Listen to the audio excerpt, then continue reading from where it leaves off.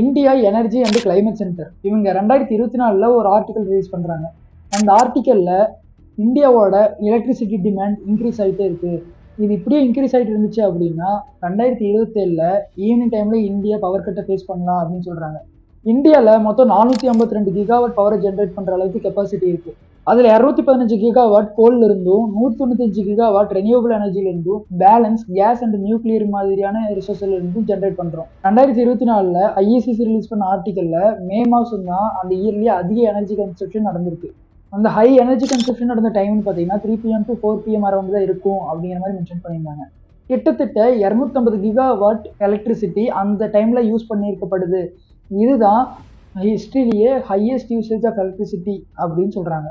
இது எது கூட கம்பேர் பண்ணுறாங்க அப்படின்னு பார்த்தீங்கன்னா 2019 இதே மே மாதம் டைமில் கன்சப்ஷன் பண்ண அதிக எலக்ட்ரிசிட்டின்னு பார்த்தீங்கன்னா 184 கிகாவாட். அப்படியே 2024 வந்தோம் அப்படின்னா கிட்டத்தட்ட 250 கிகாவாட் கன்சப்ஷன் ஹையஸ்ட்டாக நடந்திருக்கு. கிட்டத்தட்ட அரௌண்ட் 60 கிகாவாட் பக்கம் எலக்ட்ரிசிட்டி கன்சப்ஷன் அதிகமாயிருக்கு அப்படின்னு சொல்கிறாங்க. இது இதே வேகத்தில் இன்க்ரீஸ் ஆகிட்டு இருந்துச்சு அப்படின்னா நம்ம இந்தியாவில் ப்ரொடியூஸ் பண்ணுற எலக்ட்ரிசிட்டி பத்தாம பவர் ஷார்ட்டேஜ் ஏற்படுற சான்சஸ் இருக்குது அப்படின்னு சொல்லி இந்த ஆர்டிக்கலில் மென்ஷன் பண்ணியிருந்தாங்க.